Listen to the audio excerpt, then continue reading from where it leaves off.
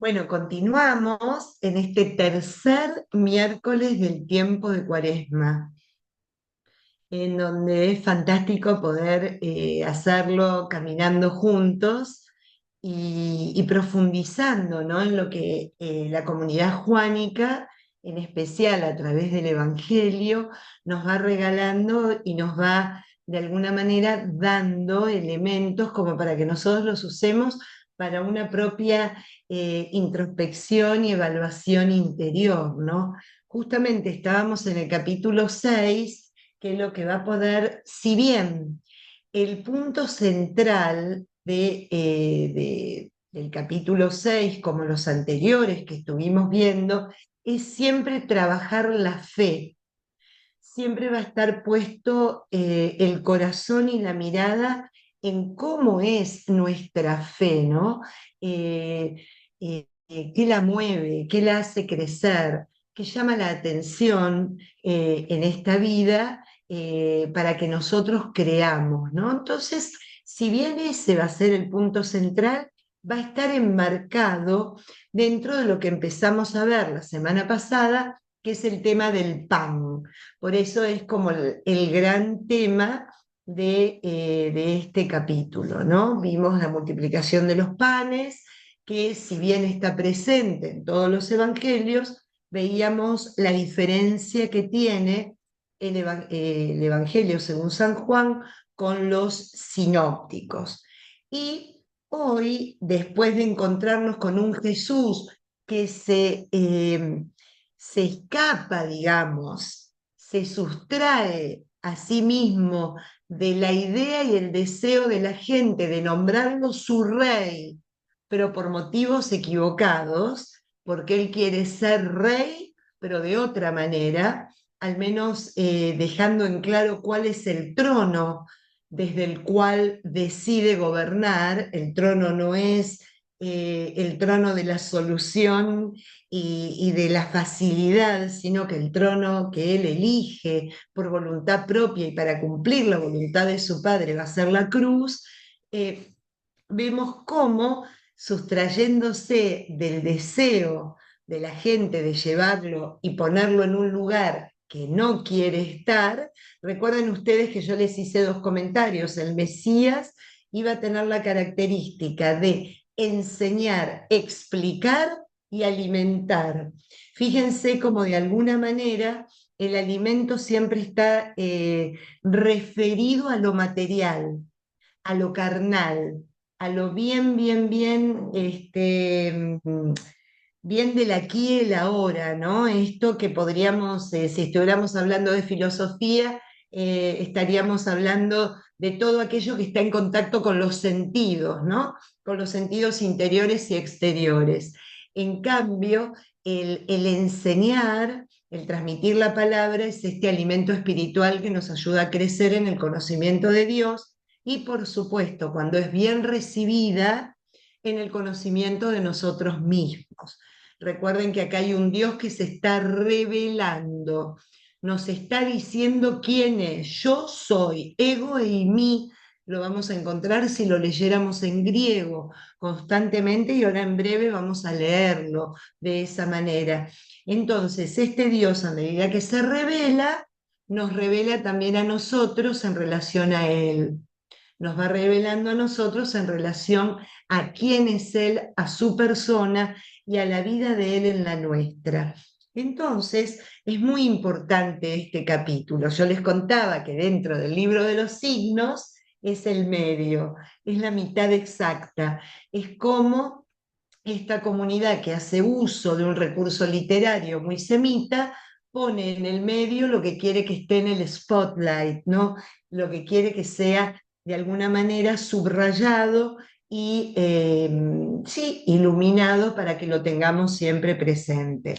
Así que dejamos a Jesús en silencio, dejamos a Jesús orando al Padre, y vamos a entrar ahora, antes de entrar al discurso de pan de vida, a una del 16 al 21, a una parte de este capítulo en donde vemos que el signo de Jesús va a ser caminar sobre el mar, caminar sobre las aguas. se sale un poquito del tema del pan, pero no mucho, porque acuérdense que el tema central es la fe y seguido va a estar el tema del pan. La fe y el pan van a ser los dos puntos. Entonces vamos a ver cuál es la reacción de los discípulos y del mismo Jesús. Para entrar, sí, después, a partir del versículo 22 hasta el final del capítulo, a, eh, a, hacer el discurso del pan de vida. Así que bueno, vamos a ponernos primero en presencia del Señor en este día y yo tomé para ustedes una de las partes de la primera lectura que nos regala el día de la fecha, este tercer miércoles del tiempo de Cuaresma. Dice así: ahora Israel escucha los preceptos y las leyes que yo les enseño para que los pongan en práctica. Así ustedes vivirán y entrarán a tomar posesión de la tierra que les da el Señor, el Dios de sus padres. Tengan bien presente que ha sido el Señor mi Dios el que me ordenó enseñarles los preceptos y las leyes que ustedes deberán cumplir en la tierra de la que van a tomar posesión. Obsérvenlos y pónganlos en práctica, porque así serán sabios y prudentes a los ojos de los pueblos que al oír todas estas leyes dirán: realmente es un pueblo sabio y prudente esta gran nación. Fíjense qué belleza, es palabra del Señor, te alabamos, Señor. Fíjense qué belleza, no lo terminé, sí, un poquito más, pero me quedé con esto porque lo que para nosotros es, a lo mejor, o al menos fue enseñado y recibido como una carga, es un distintivo de sabiduría, prudencia y agrego, libertad en medio de otros pueblos. Israel recibe este mensaje de Moisés en el Deuteronomio. De hecho, lo que les acabo de leer es el Deuteronomio en el capítulo 4, desde el versículo 1 al versículo 9, es lo que se lee hoy. Yo debo de haber leído hasta el versículo 7. Fíjense la importancia de entender lo que se llaman los mandamientos, que se van en hebreo, van a estar escritos con la palabra devarim, las palabras que Dios le da a su pueblo para que viviéndolas dé testimonio de Él en medio de otras naciones, y que otras naciones por ese testimonio conozcan al verdadero Dios, como diría el Deuteronomio, al único y verdadero Dios. Entonces, se me ocurre que sería lindísimo pedirle al Señor en este miércoles que nos ayude, nos dé la fuerza, nos dé la sabiduría, la determinación de, primero, escuchar siempre sus palabras. Segundo, que se instalen y se encarnen en nuestra vida. Tercero, ponerlas en práctica, dar testimonio de ella para entender que es de la única manera que podemos hablar del Dios en quien creemos. Así que pidámosle esta gracia al Señor en este tiempo de peregrinos de la esperanza en medio de la Cuaresma, para que realmente podamos profundizar y creer y crecer en su persona y en su amor, para ser testimonio de su amor en este mundo que tanto lo necesita. Todo esto, Señor, te lo pedimos a ti, que vivís, reinás y estás con nosotros hasta el final de los tiempos. Amén. En el nombre del Padre, del Hijo y del Espíritu Santo. Amén. Bien, vamos entonces el episodio de Jesús caminando sobre las aguas. Yo voy a poner enseguida el PowerPoint eh, para que nos acompañe. Muy bien, aquí. Ahí está, esperen que lo ponemos en grandecito y ya lo hacemos. Bien, Jesús camina sobre las aguas. Al atardecer, sus discípulos bajaron a la orilla del mar, subieron a la barca y se dirigieron a Cafarnaúm, a la otra orilla.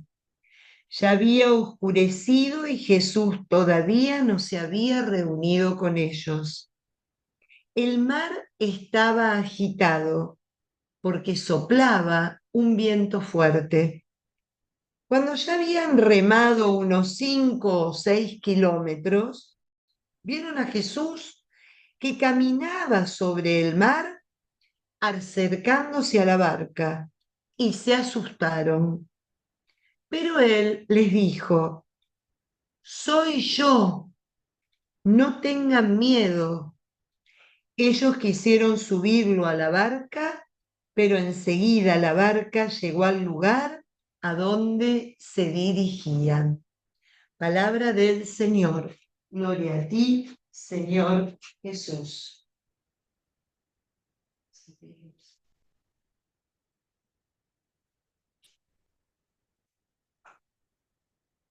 Bueno, acá vemos muchos signos. Es un episodio que nosotros también, Jesús caminando sobre las aguas, la agitación del agua, el barco y los discípulos, los encontramos en los demás evangelios, en los evangelios sinópticos.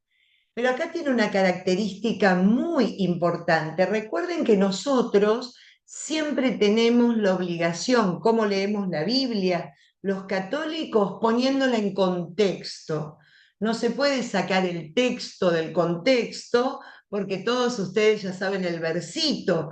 Lo convertimos en un pretexto que utilizamos a nuestro antojo y lo despojamos del sentido profundo y verdadero que nos quiere transmitir la palabra de Dios. ¿De dónde veníamos? Veníamos de un episodio donde Jesús alimenta y sobra el alimento cuando, sacando cálculos, apenas si podían ellos llevarse un bocado a la boca, ¿no? Con lo poco que tenían. Eso hizo que en el corazón del pueblo apareciera este deseo, como les decía hace unos minutos, de querer ponerlo a Jesús al frente de sus vidas como su rey. Y claro, queremos a este rey que nos soluciona lo básico, nos sana, nos alimenta, nos enseña, o sea, endulza nuestra vida por donde la querramos ver.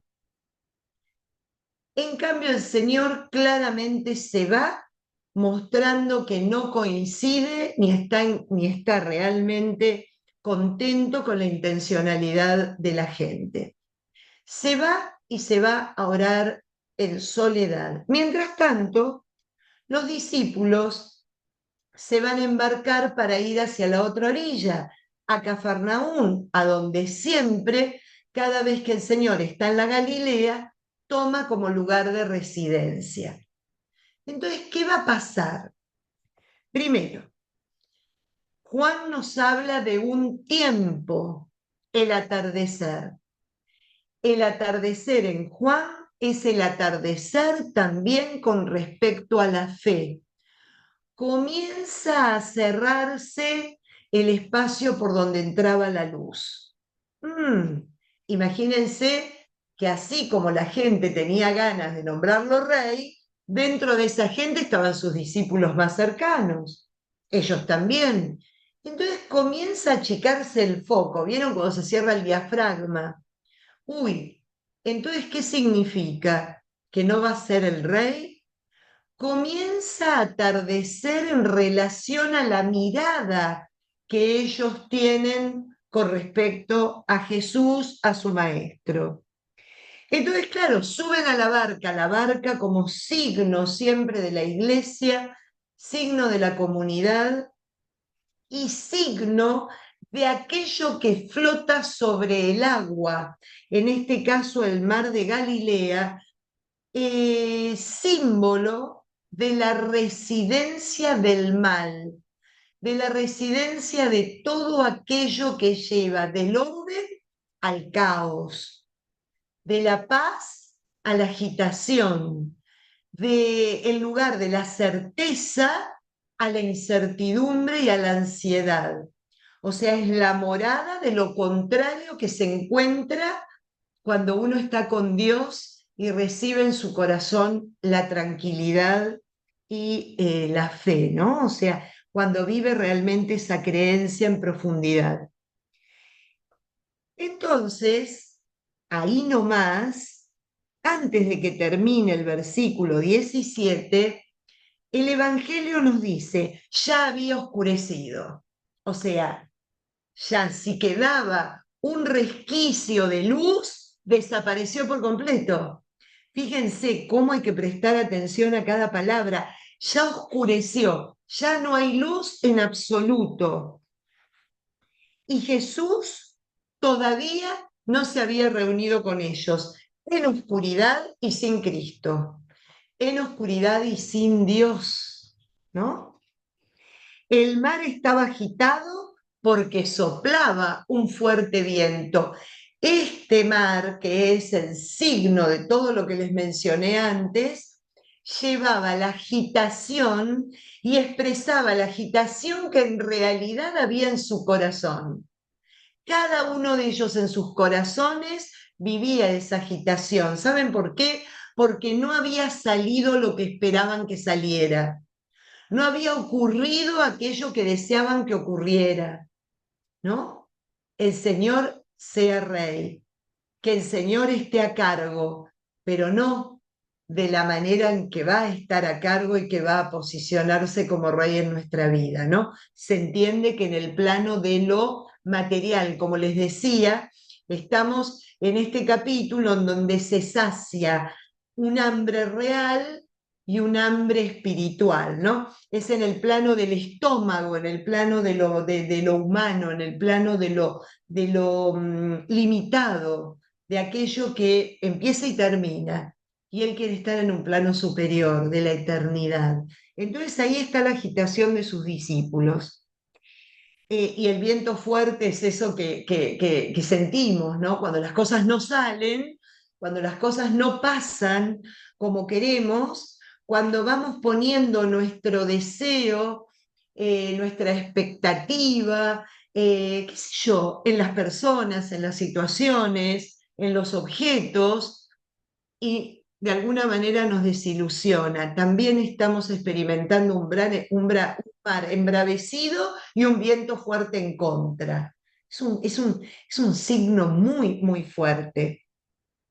Y dice, cuando allá habían remado unos 5 o 6 kilómetros, remado con viento en contra, o sea, con mucha agitación y dificultad, vieron a Jesús que caminaba sobre el mar, acercándose a la barca y se asustaron.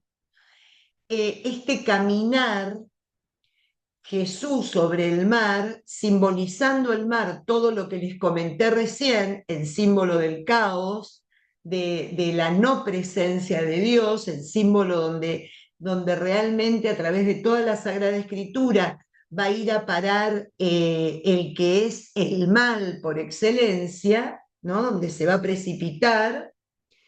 Jesús lo pisa, Jesús lo domina, Jesús no se hunde, Jesús no es tomado por ello, sino que está sobre ello. Otro signo de que siempre el Señor está sobre el mal.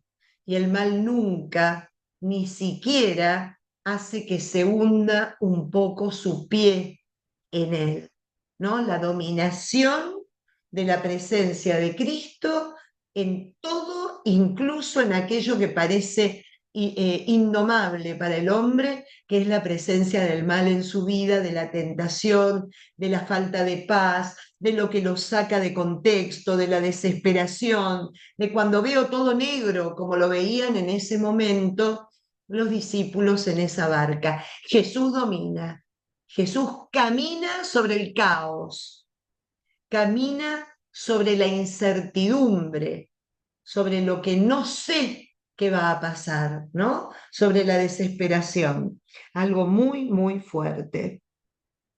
Y inmediatamente, ante el susto que me lleva, y ustedes recordarán la primera lectura que se leyó el día miércoles, el día domingo, perdón, en donde vemos a un Moisés que también se asusta, si bien continúa con la curiosidad, y está y va hacia el encuentro de un Dios que se revela como quien es, ¿no? Yo soy. El Señor hace lo propio, va hacia ellos y lo primero que les digan, lo primero que les dice es revelarse a sí mismo. Yo soy yo. Esa fórmula que para todo judío creyente significaba algo mucho más que, hey muchachos, soy yo Patricia. Significaba la presencia misma de Dios. Inmediatamente ante esta revelación, el pedido, no tengan miedo. Un Dios que va al encuentro siempre en la turbulencia, en la oscuridad y en el desasosiego. Y se presenta como tal. Soy yo. Ellos inmediatamente quisieron subirlo a la barca, pero en cuanto hicieron ese gesto, ya habían tocado tierra, ¿no? Fíjense simplemente para recordar lo que les estuve comentando a lo largo del relato. La agitación es la agitación de los discípulos, al ver cómo Jesús se rehúsa a construir el reino de Israel prometido por los profetas, y un poco, recuerden ustedes, que es el deseo de todos aquellos que lo van siguiendo. Era porque se quería volver a instaurar aquello que había sido anunciado. Lo que pasa es que se recibió lo anunciado con miopía, ¿no? Con chiquitaje. Lo anunciado por Dios siempre va a lo grande, ¿no? A un reino que no tiene fin, como diría en el libro de Samuel y como leíamos ayer en la Anunciación. En cambio, se esperaba lo cortito, lo chiquito, lo humanamente comprobable. Entonces, eso por un lado, ¿no? Siempre recuerden, cada vez que hay agitación en el mar, es la agitación en realidad de aquellos que están con el Señor porque algo no salió como querían, algo no pasó como esperaban, alguien no colmó sus expectativas. Y acá me preguntan a mí, ¿qué me pasa a mí? ¿Qué pasa con mi agitación? ¿Por qué me agito? Como diría el Señor, no te agites ni te inquietes en el Evangelio según San Lucas a su amiga querida Marta. ¿Qué es lo que me agita y me inquieta? ¿Qué es lo que realmente me saca, me descentra, me desconcierta, pero para mal en mi vida de fe? Y realmente la segunda pregunta, tengo la certeza que aún en esa situación y en medio de una oscuridad espantosa, siempre el Señor está viniendo a mí, revelándose y dándome esa palabra de aliento. No temas, porque soy yo. No temas porque soy yo, ¿no? Este pequeño signo, que es uno de los signos, de los 7 signos del libro de los signos del Evangelio según San Juan, nos llama a preguntarnos esto, nos llama desde la fe a cuestionarnos si nosotros también tenemos esa experiencia, porque noches oscuras vamos a tener miles, mares agitados vamos a atravesar en cantidad, la barca vamos a ver que está a punto de darse vuelta en más de una oportunidad, pero ¿cómo es nuestra fe en relación a eso? ¿O cómo fue? ¿Cómo lo experimentamos? ¿Cómo lo vivimos? Acuérdense que es un evangelio que nos lleva siempre a cuestionarnos, a autorreflexionar, a entrar dentro de nuestra propia interioridad, de nuestro propio mar, ¿no? Bueno, al atardecer viene la oscuridad, el mar es el hábitat del mal. Allí Jesús quiere encontrarse con sus discípulos, allí en medio de la agitación para que vean la presencia del Dios con nosotros, como ayer lo leíamos en la primera lectura. Va hacia ellos y se asustan. Soy yo soy, ¿no? El Yahvé de la antigua alianza. Fíjense que siempre el Señor a través de este yo soy quiere ser reconocido como lo que es, no de una manera incorrecta. No es el rey pequeño que viene a instaurar a un reino temporal, sino que es el Hijo de Dios que viene a darnos la realeza eterna, que viene a regalarnos el reino de los cielos, que viene a regalarnos la eternidad. Así que bueno, este pequeño episodio queda enmarcado en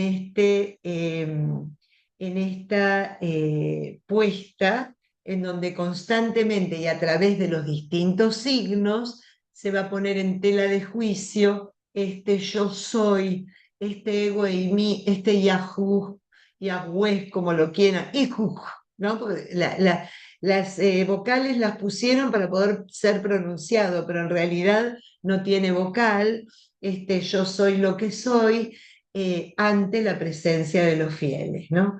Vamos a ver que en algunos, como en estas dos figuritas, despierta curiosidad, en otros profundiza y hace crecer la fe, y en otros, en cambio, van a dejar entrever la adversidad y la incredulidad en su corazón.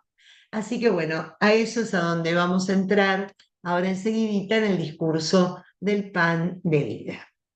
Lo voy a leer, voy a hacer una cosa, voy a quitar un minutito, aguárdenme, voy a quitar esto y venimos enseguida para poder leerlo y verlas, porque si no yo veo el PowerPoint y no los veo a ustedes, prefiero verlas a ustedes. Al día siguiente, o sea, al día siguiente de este episodio, ¿no?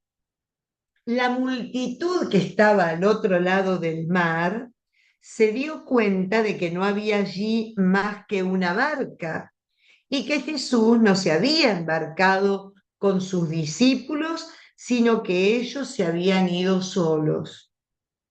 Mientras tanto, acuérdense que era la multitud que lo buscaba para nombrarlo rey, que había sido alimentada, que estaba, wow, enardecida por este signo en sus vidas, ¿no? Por este signo concreto. Mientras tanto, otras barcas llegaron de Tiberíades al lugar donde había comido el pan después de que el Señor dio gracias. Cuando la multitud vio que ni Jesús ni sus discípulos estaban allí, subieron a las barcas y fueron a Cafarnaúm en busca de Jesús. Me quedo con esto. En breve vamos a darnos cuenta por qué lo buscaban, porque habían sido saciados en la panza, habían sido saciados en el estómago. Y eso era lo que querían seguir manteniendo, ¿no?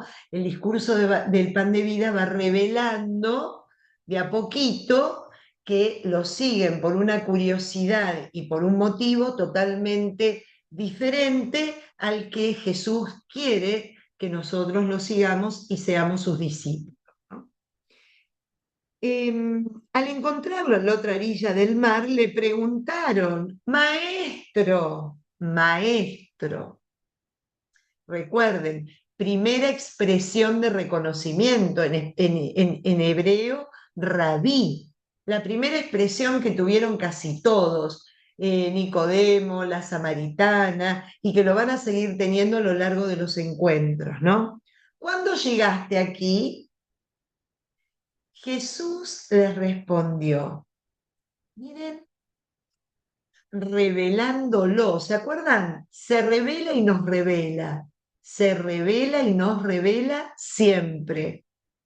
Les aseguro que ustedes me buscan no porque vieron signos, sino porque comieron pan hasta saciarse.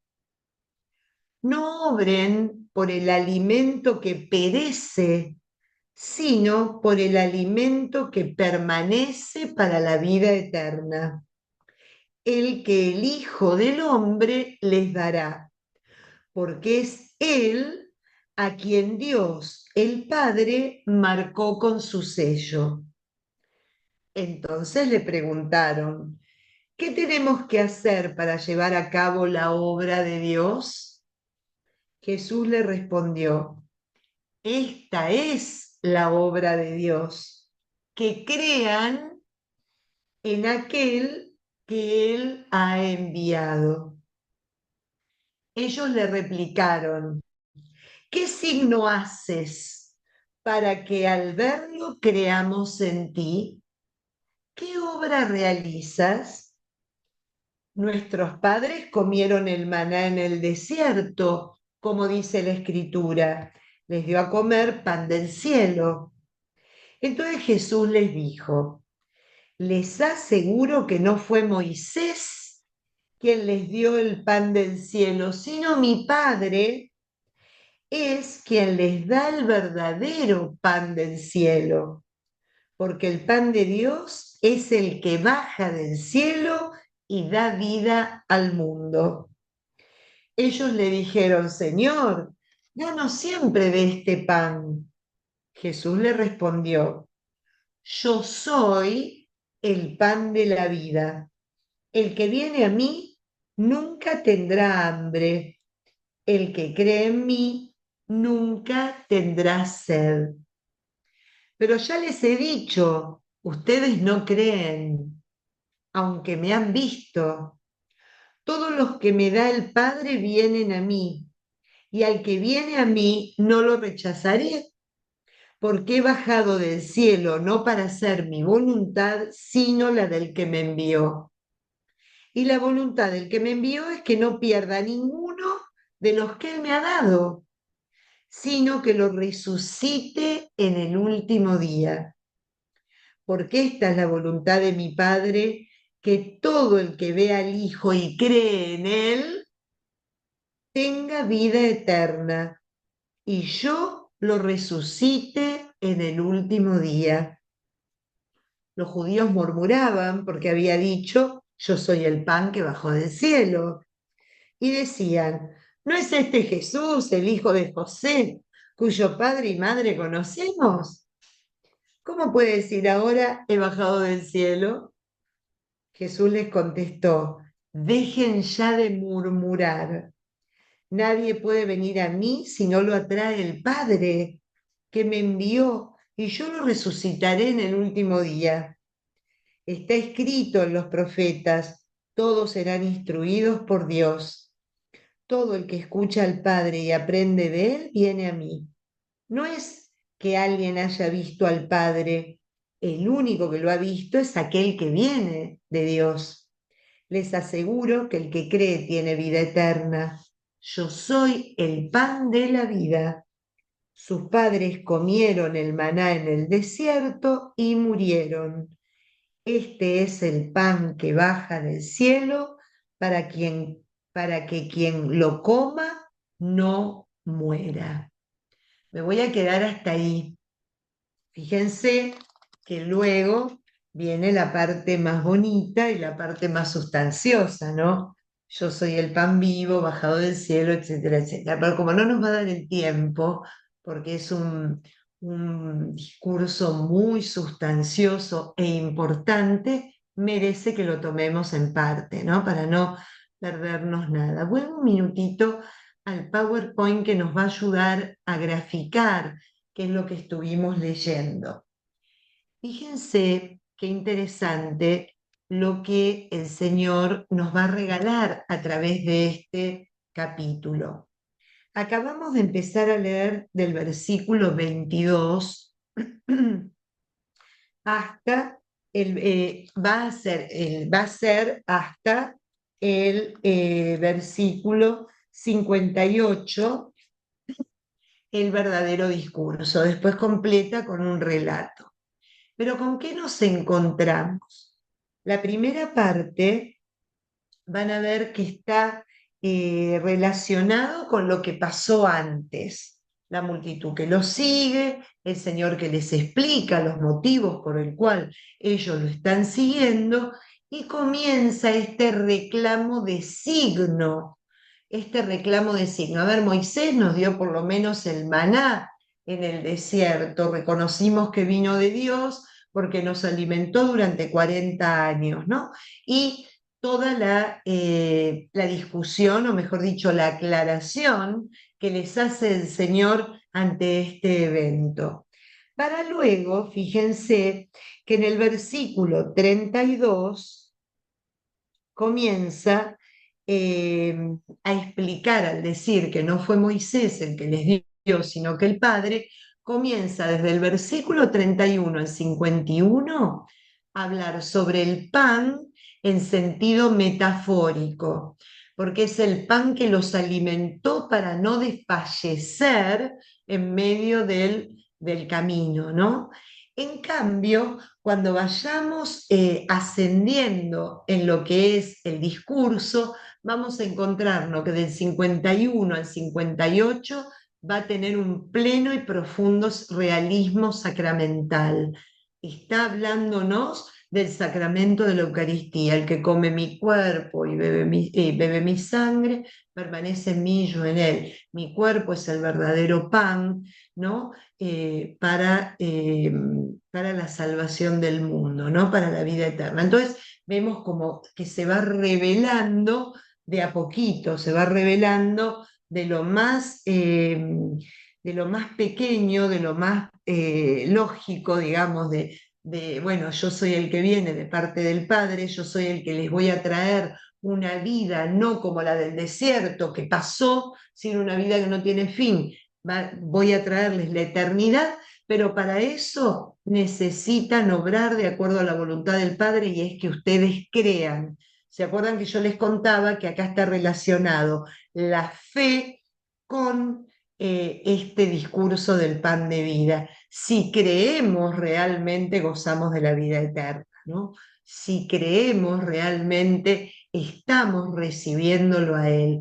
Fíjense cómo nos golpea el corazón, porque nos habla de nuestra relación también de Jesús Eucaristía. Yo creo, Señor, en ti, vieron que cuando las cosas son permanentes y constantes, pueden desaparecer en el valor profundo y real que tienen. Vamos como en piloto automático. Bueno, yo voy a misa, en el momento de la comunión me pongo de pie, voy y recibo la Eucaristía con solemnidad, con respeto, con preparación, pero después está toda esa otra parte que no se ve, con fe, sabiendo que es a ti a quien te estoy recibiendo, sabiendo que en cuanto te incorporo en mí, sos vos en mí viviendo y actuando.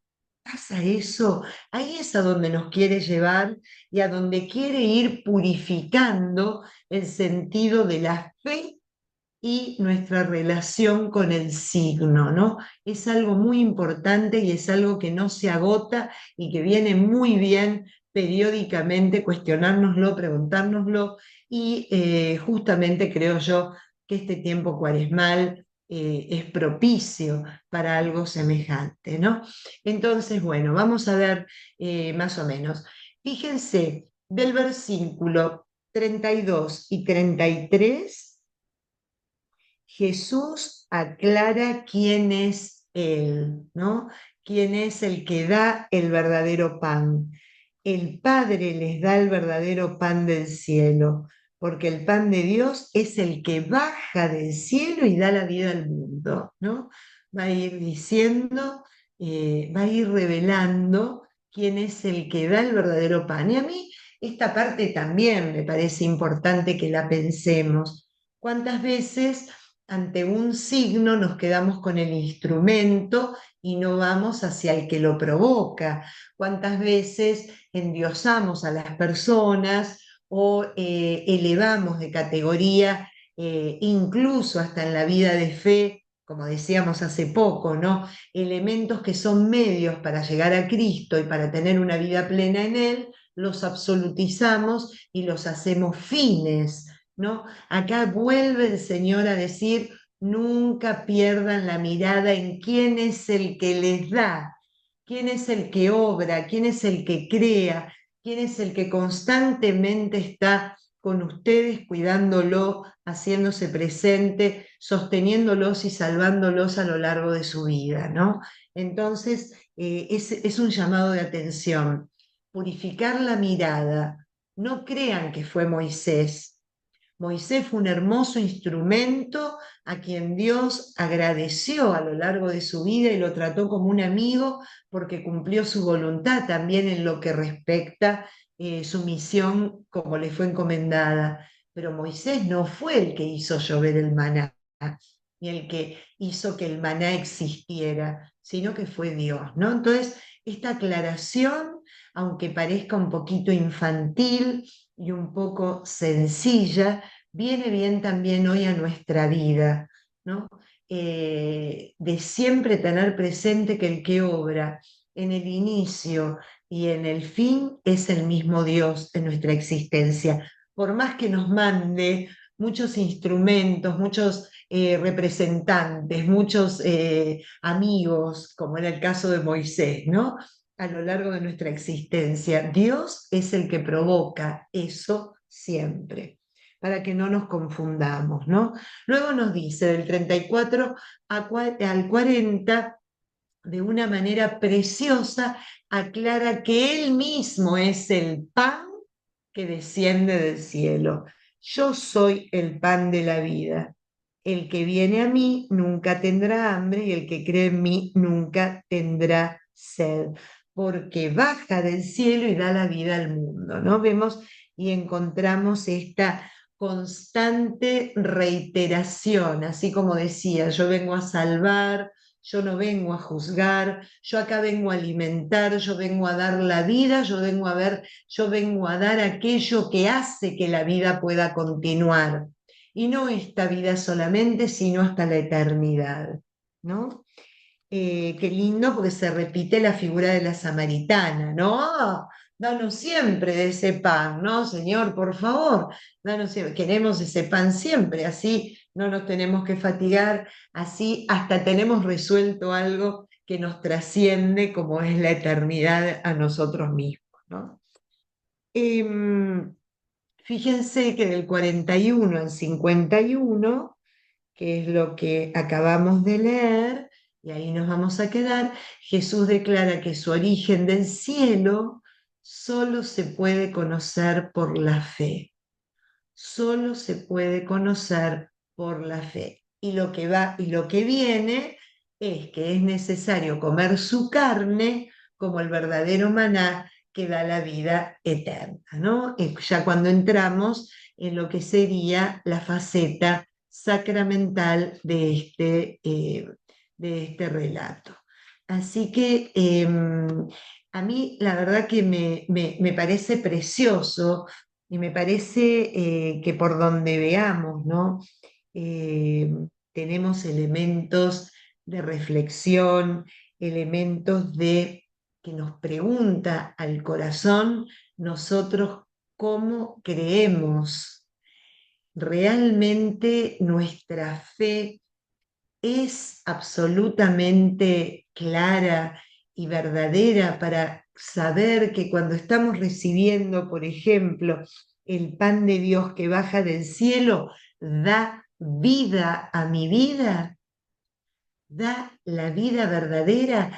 Cuando lo leemos en griego, esta palabra vida es zoe, no es bios, algo importante, no es bios, porque si bien ellos relacionan el alimento que se necesita para no desfallecer, en lo que es la cotidianeidad, Jesús está hablando de una vida con sentido, una vida plena, una vida en plenitud, metida dentro de la eternidad y viviendo ya esa eternidad. Acuérdense que para Juan la eternidad es hoy, porque el que cree tiene vida eterna hoy. Hoy ya se experimenta la eternidad, ¿no? Entonces, ¿cómo vivimos nosotros esta realidad? Eh, a mí, este versículo 36 me despierta, ¿no? Ya les he dicho, ustedes no creen, aunque me han visto, ¿no? Yo pienso que me lo está diciendo a mí, Patri, a ver, ¿no crees? Pedí la fe, profundizá tu fe, trabajá tu confianza, tu fe, ¿no? Em,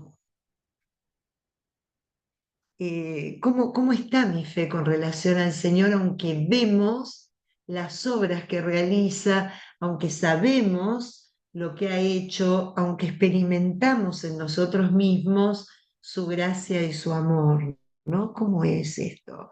Y es re lindo porque enseguida viene la ternura, la certeza y el amor.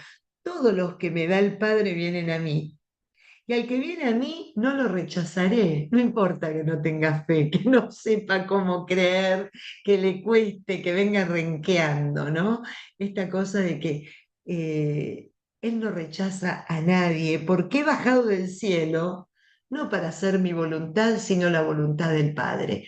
Y acuérdense, la voluntad del Padre es que todos, universal, tengan vida eterna, no algunos. Esto no es una secta, un grupito delimitado a quien el Señor dijo, bueno, 144.000 y nada más. No, no, está hablando de todos tengan la vida eterna. Obviamente que ahí va a empezar de este lado y de eso va a hablar, ¿no? Eh, por ejemplo, ¿cuál es la voluntad de mi Padre? Que todo el que ve al Hijo y cree en Él tenga vida eterna y yo lo resucite en el último día. Ahí está nuestra parte. El Señor envía para que todos tengan vida, pero para tenerla tenemos que creer. No es algo que baja como polvo mágico, como si estuviéramos viendo a Peter Pan, que cuando campanita sopla salimos todos volando. No es el caso. Tiene que estar la figura y la certeza, la emuná, la confianza para que se pueda dar esto que el Señor nos está diciendo. Simplemente un detalle, en el versículo 41 hasta el versículo 43, el Señor habla de murmuración, porque habla, los judíos murmuraban. ¿Y a qué nos hace referencia la comunidad juánica? A lo que pasaba en el desierto cuando murmuraban en contra de Moisés y de Dios. Ya estamos cansados de comer maná, ya extrañamos la cebolla, el puerro, el pimiento, el ajo que teníamos en Egipto. Estamos cansados, es todos los días el mismo menú, ¿no? La murmuración, y nos trajiste acá para matarnos de hambre, y nos trajiste acá para matarnos de sed. ¿Por qué? Porque la vida de fe, amigos, nos dice la comunidad juánica, es un desierto. Es un desierto. La fe se pone a prueba en el desierto. No sale todo como por un riel. Creer es un desafío, una aventura, es justamente la fuerza interior que nos mantiene dándole sentido a nuestra propia vida. Entonces ahí lo lleva. Dejen de murmurar, porque están murmurando hoy frente a mí como murmuraban frente a Moisés. ¿Y saben qué? Estamos murmurando nosotros cuando no sale como esperamos, como queremos, como deseamos. También murmuramos. ¿Acaso no nos querés? ¿Acaso te olvidaste de nosotros? ¿Acaso no te importamos? Acuérdense, ¿no te importa que muramos? Va a ser una pregunta de los discípulos cuando se zarandea la barca. Y nosotros hacemos lo mismo, murmuramos.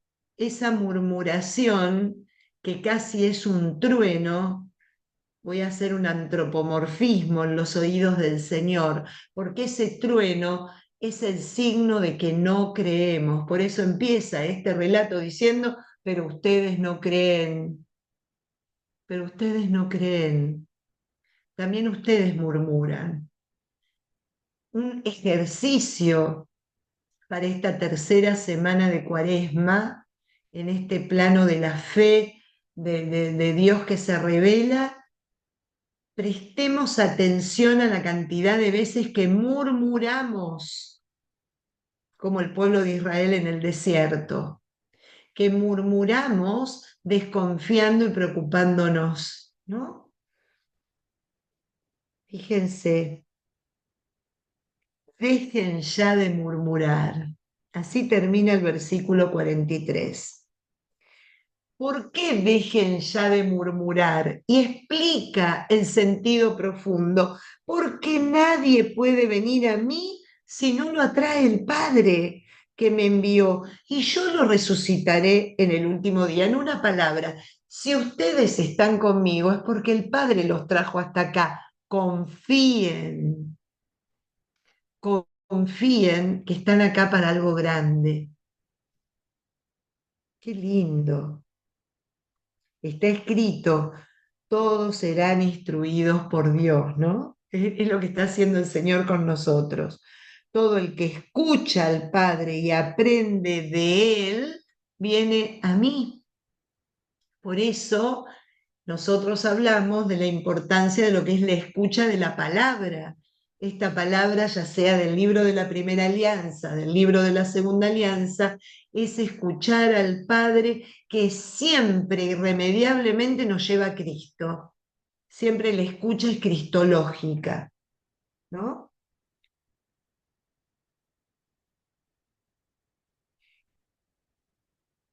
Les aseguro que el que cree tiene vida eterna. Claro, solo eso tenemos que hacer, nada más ni nada menos, creer, confiar para poder experimentar. Yo soy el pan de la vida y termina diciéndonos, sus padres, comieron el maná en el desierto y murieron. Este es el pan que baja del cielo para quien lo coma no muera. Y ahí nos dejó en este tercer miércoles de Cuaresma. Nos dejó con esta intriga. Todo el pan que baja del cielo, quien lo coma no morirá. ¿Lo creemos? Así lo recibimos. Ya la próxima semana que vamos a poder este, unos minutos todavía. ¿Se atreven a avanzar un poquito, aunque sea un poquitito, unos versículos más? Jesús añadió, yo soy el pan vivo que ha bajado del cielo. El que coma de este pan vivirá para siempre, y el pan que yo daré es mi carne para la vida del mundo. Los judíos discutían entre sí diciendo, ¿cómo puede éste darnos a comer su propia carne? Jesús le contestó, yo les aseguro que si no comen la carne y beben la sangre del Hijo del Hombre, no tendrán vida en ustedes.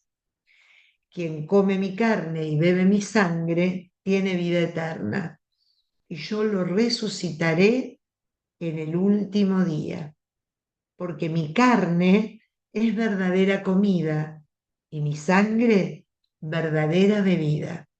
El que come mi carne y bebe mi sangre permanece en mí y yo en él. Así como yo vivo por el Padre que tiene vida y me ha enviado, también el que me coma vivirá por mí. Este pan es el que ha bajado del cielo, no como aquel pan que comieron sus padres y murieron. El que coma de este pan vivirá para siempre. Jesús dijo todo esto cuando enseñaba en la sinagoga de Cafarnaúm. ¡Wow! Si habremos estado ahí. Se te ponen los pelitos de punta, realmente. Eh, bueno, entramos en la última parte del discurso, que es donde se hace hincapié en el realismo sacramental. Está hablando del sacramento. Y nos lo dice y nos lo cuenta de una manera tan sencilla y tan clara que realmente emociona, porque nos lleva a profundizar en nuestra relación con la Eucaristía, ¿no? Em, Así como yo vivo por el Padre que tiene vida y me ha enviado, también el que me coma vivirá por mí. Y en otro momento, el que nos habla de que yo permanezco en él y él permanece en mí, ¿no? El que come mi carne y bebe mi sangre permanece en mí y yo en él.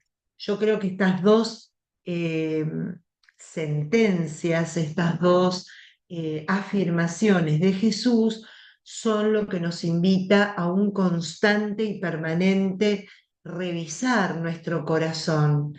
Sabemos que Él permanece, sabemos que Él no defrauda, sabemos que Él está. Ahora, yo estoy en Él, tengo esa capacidad de sentirme realmente en Él, tú en mí y yo en ti. Hay una permanencia porque de esto va a ser hincapié en la segunda parte, este Evangelio.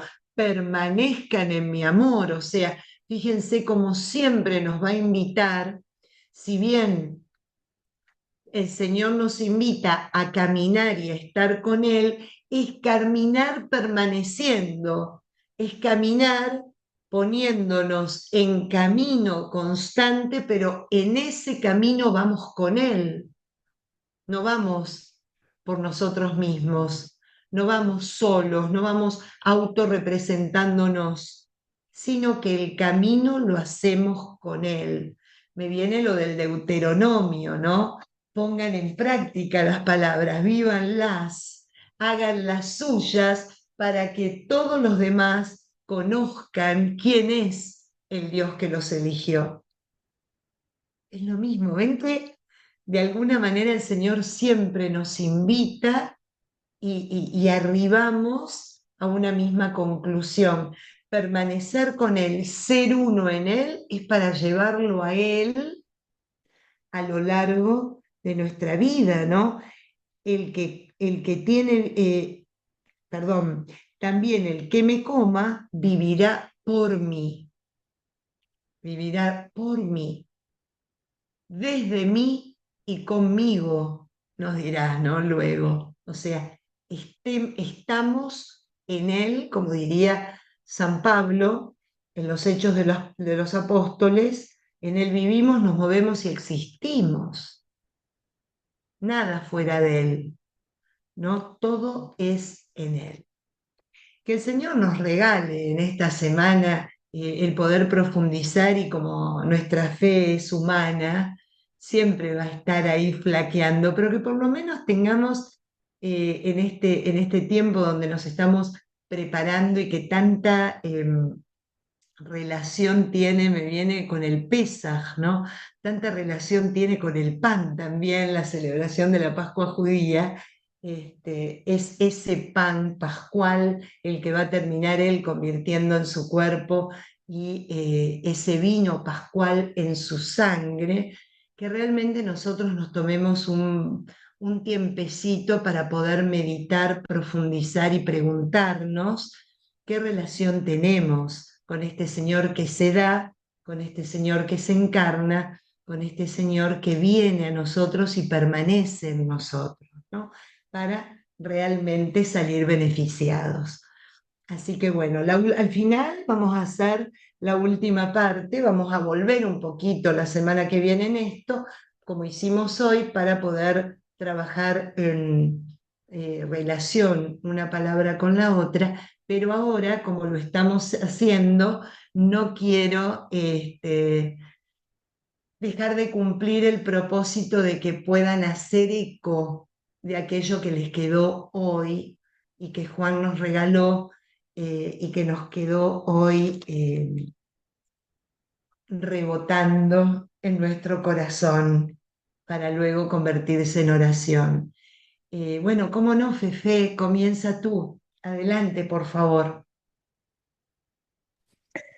Mm, Patri, bueno, amigos, eh, me queda resonando esto del versículo 39, eh,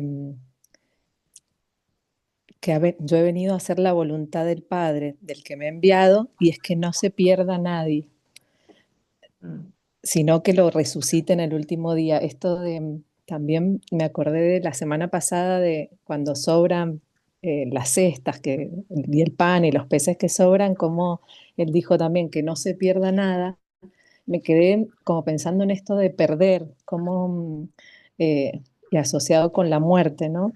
mm, En este camino de esperanza que estamos viviendo, en este año jubilar, eh, esto de no tener, de no perder la esperanza y no decir, por ejemplo, cuando alguien, una persona pierde, dicen, perdió su ser querido, perdió un hijo, perdió esto de tal vez verlo de otra manera, porque justamente Dios vino a que no se pierda nadie.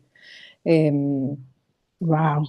sí, la semana pasada me quedé, no alcancé a hablar, me cuesta mucho, me da como vergüenza hablar, pero había subrayado esto de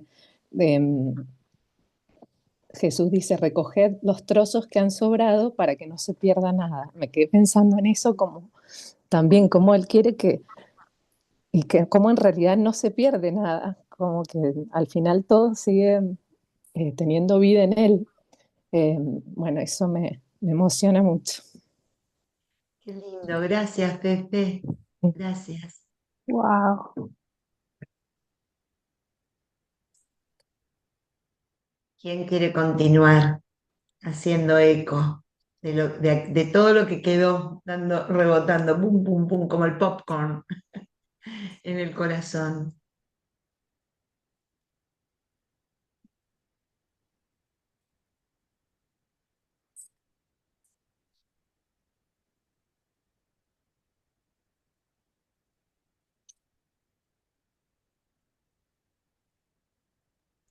Patricia, mientras se inspira a través del Espíritu Santo muchos más participantes, me estoy leyendo un libro que quiero Ujú. compartirlo, que se llama La canción de Dimas. Es de un No te español entendí, Ernesto, ¿podés repetir el nombre? La canción de Dimas. Ah, Es de un escritor español, se llama Tony Gratacos. Eh, Él asistió hace poco a un convenio matrimonial en Madrid y Genaro Puyat, que tú lo conoces, nos lo recomendó. Y me parece una lectura bien agradable, tipo novela, pero de lo que estamos viviendo ahorita y cómo se debió vivir en su momento dentro de la gente que vio a Jesús, que comenzó a decirle maestro, como tú comentabas ahora, pero quería interrumpir un poquitico la, la, la, la charla tuya con todos los participantes para recomendarlo porque es un libro agradable de leer y muy encuadrado en el momento en que estamos. Gracias. muchísimas gracias. La canción de Dimas, o sea, entiendo que está relacionado con el discípulo, con uno de los ladrones, ¿verdad? Sí, yo lo Esa llamo es el primer santo. el primer santo, exacto. El que está seguro en el cielo. Ese no hay duda. Ese no hay duda, totalmente. Tal cual. Gracias por tu recomendación, Ernesto.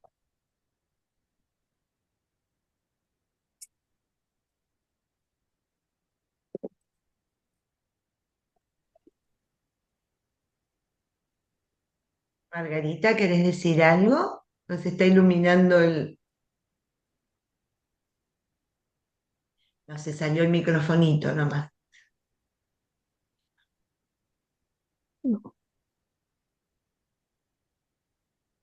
Hola, Patri. Hola, Amanda, querida, buen día. Buen día. Mira, yo como soy un poquito dispersa, entonces yo siempre le preguntaba al Señor, ¿cómo puedo permanecer en ti? Y ahí está la respuesta. Hermoso, me encantó, me encantó, me encantó, me encantó. Gracias, Amanda, qué lindo, lindo, gracias.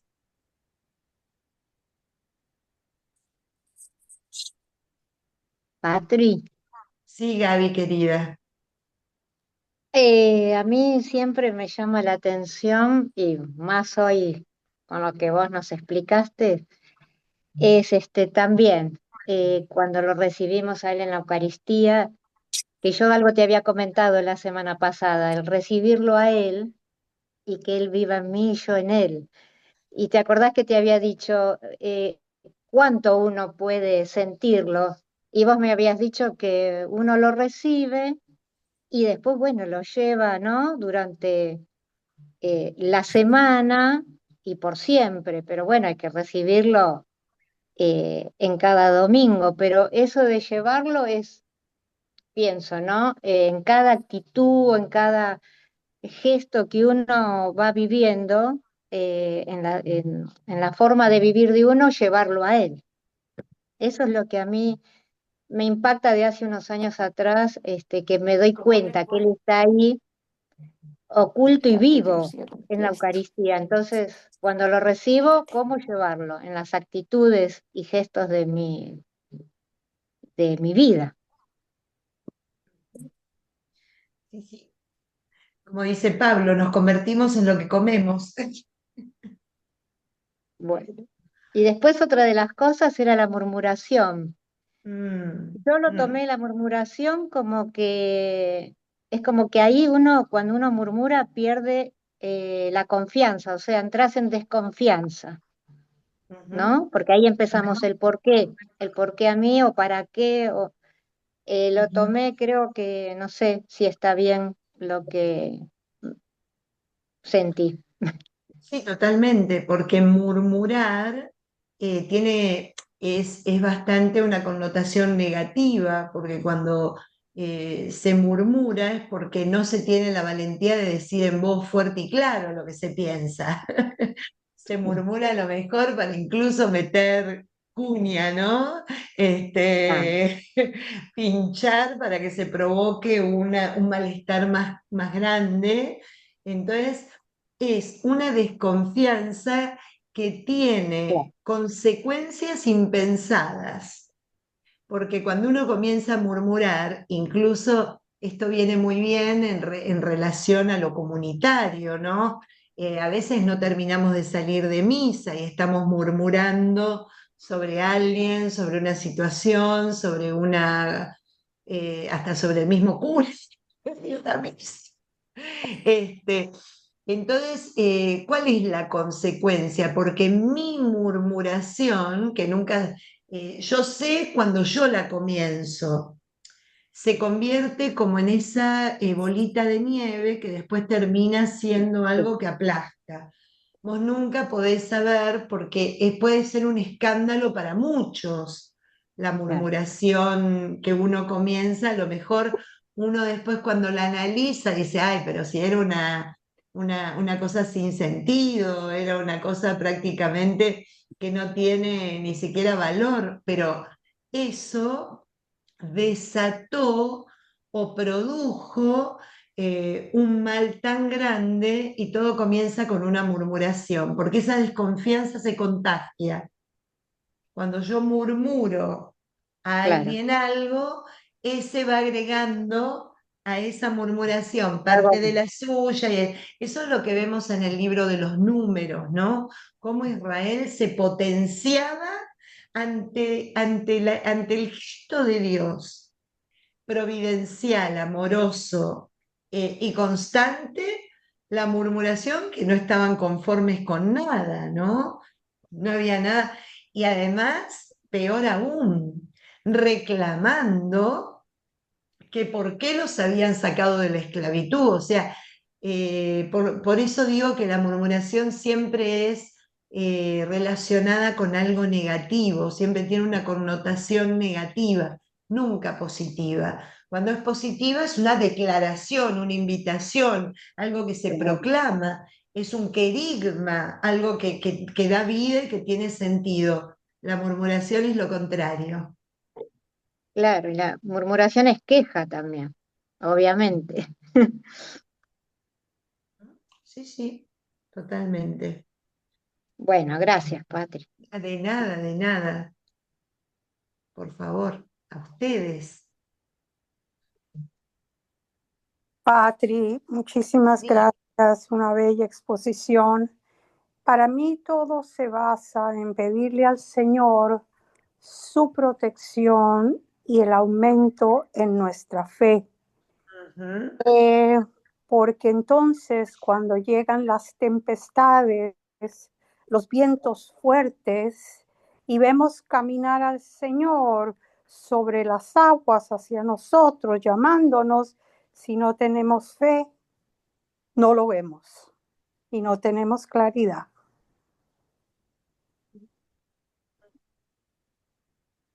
gracias, Nati, gracias. Mati, querida. Y a ti, Ujú.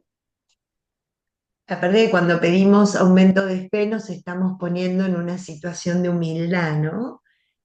Porque de última necesitamos siempre aumentar esa fe, aumentar y crecer en aquello que nos parece y nos da una suerte de certeza que ya tenemos, que ya hacemos, que ya sabemos. Entonces, ese gesto nos habla de humildad, ¿no? De que, bueno, aumenta nuestra fe, porque, bueno, a mí esa me fe quedó de... Ustedes no creen. para conseguir la No fe creen. adulta que hemos hablado anteriormente, la fe adulta que pienso que es que merece mucho trabajo, Ujú, mucho rezar, mucho tener confianza en su poder y en su asistencia y presencia. ujú. Así es. Muchísimas gracias, Mati. Hay un trozo de una canción muy Ah, bonita sí. que dice, el que come mi cuerpo y bebe mi sangre, permanece en mí y yo en él. Es decir, que no solamente Él permanece en nosotros, sino nosotros también permanecemos en Él. Ujú. Es algo, Juntos. es algo bien, bien lindo, pues, que nos da el Señor, pues. Ujú, Y bueno, yo también soy como la hermana que hace rato habló, que nos da un poco de pena, porque yo no tengo mucho tiempo compartiendo con ustedes, la verdad. Pero sí, todos estos días he estado escuchando las charlas y la verdad me gusta mucho. Porque cuando usted decía hace como 2 semanas atrás de que disculpen que sea tan fuerte con las preguntas que nos hace, yo creo que sí es bueno porque nos interpela, nos hace reflexionar, de revisar justamente nuestra fe, pero dentro de nosotros, o sea, lo que está suscitando dentro de nosotros qué cuán grande o cómo voy en ese camino de la fe. Así que le doy gracias por eso. Y gracias a todos los hermanos que intervienen también. gracias a ti. Y no tengas pena, que acá estamos todos aprendiendo unos de otros. Así que no tengas pena de abrir el corazón. Gracias. A mí me quedó mi sangre verdadera bebida. Me quedé pensando por qué me había quedado esa frase y qué significa beber la sangre de Jesús. Bueno, por un lado creo que dijiste en algún momento que para los judíos la sangre era vida, ¿no? La vida. Pero a mí también me llama a pensar en los sufrimientos, o sea, la sangre me hace pensar en sufrimiento y me hace pensar en compartir los sufrimientos de Jesús, pero también me hace pensar toda la gente que vive también esa sangre, obviamente cuando va a misa, comulga, cómo nos une, ¿no? Nos une esa sangre a todos, estamos todos en la misma vida unidos, unidos en la vida, en las partes lindas, en las alegrías, pero también en los sufrimientos. Deberíamos vernos como comunidad unida y vivirla juntos. Nada, me hizo pensar eso. Sí, sí, es muy lindo eso. Aparte que es un hecho comunitario, porque todo esto es todos. O sea, no es, si bien es una experiencia personal, el hecho es comunitario y eso es espectacular, realmente. Gracias, Ana, gracias. Sí, la semana que viene, yo hoy no me detuve en ese punto, la semana que viene lo voy a tocar un poquito para explicarles el porqué de la sacralidad de la sangre y a su vez la impureza. Tiene estas dos visiones dentro del judaísmo, ¿no? La sacralidad y la impureza, pero eso se los explico la semana próxima para que ustedes lo puedan entender a cabalidad, ¿no? Que sepan bien y entiendan por qué, por ejemplo, un judío come carne kosher cuando está completamente desangrada, porque si no se la considera impura de alguna manera y no puede ser ingerida, ¿no?